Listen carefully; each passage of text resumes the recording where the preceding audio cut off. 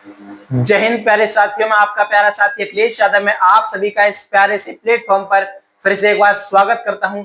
इस क्लास में हम डिस्कस करने वाले हैं कि एसएससी एमटीएस क्या है, इसकी एज लिमिट क्या होती है। उसके बाद जानेंगे यानी कि एसएससी एमटीएस के अंदर एक हवलदार की पोस्ट भी होती है। तो साथियों एक एक करके आज हम डिस्कस करने वाले हैं। तो सबसे पहले मैंने लिख रखा है एसएससी एमटीएस एग्जाम 2025, यानी कि एसएससी एमटीएस है वो 2025 में एग्जाम कब कराने वाला है। तो साथियों सबसे पहले आवेदन की तिथि है वो 26 जून से, हमारे जो आवेदन है ऑनलाइन वो 26 जून से स्टार्ट हो जाएंगे। उसके बाद आवेदन की अंतिम तिथि है वो है 24 जुलाई 2025।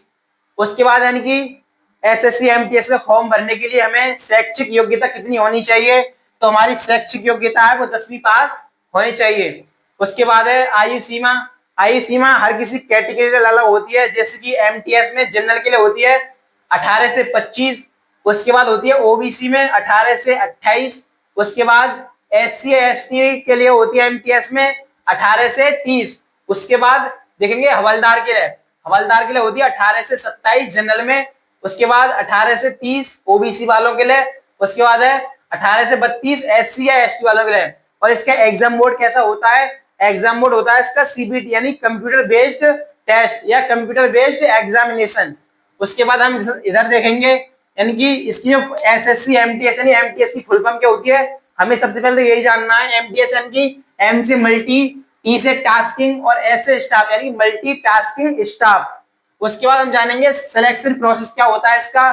तो सिलेक्शन प्रोसेस होता है एसएससी एमटीएस पेपर 1 यानी कि जो एमटीएस जो का फॉर्म भरते हैं उनके लिए मतलब पेपर एक ही पेपर होता है, वो भी ऑब्जेक्टिव क्वेश्चन टाइप का यानी कि एमसीक्यू टाइप क्वेश्चन होते हैं उसमें। उसके बाद है पीईटी एंड पीएसटी यानी कि ओनली फॉर हवलदार, ये केवल हवलदार के लिए देना होता है। यानी कि जो हवलदार की पोस्ट के लिए फॉर्म भरता है उसके लिए पीएसटी और पीईटी देना होता है।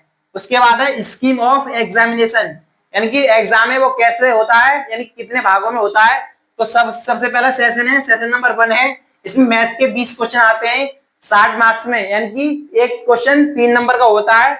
उसके बाद है सेकंड रीजनिंग यानी कि रीजनिंग के भी 20 क्वेश्चन आते हैं। इसके लिए भी हमें 60 मार्क्स मिलते हैं और इसके लिए हमें जो टाइम मिलता है करने के लिए वो मिलता है 45 मिनट और इसमें कोई नेगेटिव मार्किंग नहीं है। उसके बाद है सेशन 2 यानी कि इसमें जीके जीएस के 25 क्वेश्चन आते हैं, हमें 75 मार्क्स मिलते हैं। उसके बाद है इंग्लिश लैंग्वेज के 25 क्वेश्चन आते हैं, इसमें हमें 75 अंक मिलते हैं यानी कि एक क्वेश्चन के 3 अंक मिलते हैं। और इसके लिए भी हमें दोनों पेपर के लिए टाइम मिलता है वो भी 45 मिनट मिलता है और इसमें नेगेटिव मार्किंग होती है वो 1 मार्क्स से होती है।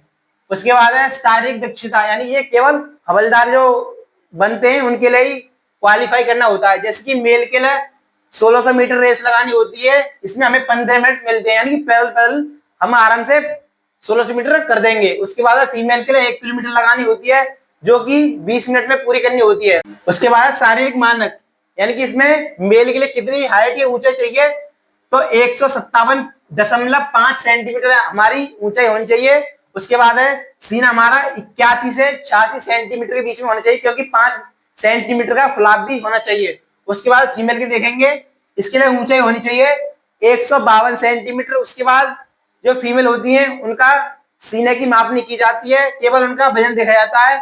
मिनिमम से मिनिमम 48 किलोग्राम होना चाहिए। यानी कि शारीरिक दक्षता है केवल हवलदार के लिए होती है यानी एमटीएस वालों के लिए नहीं होती है।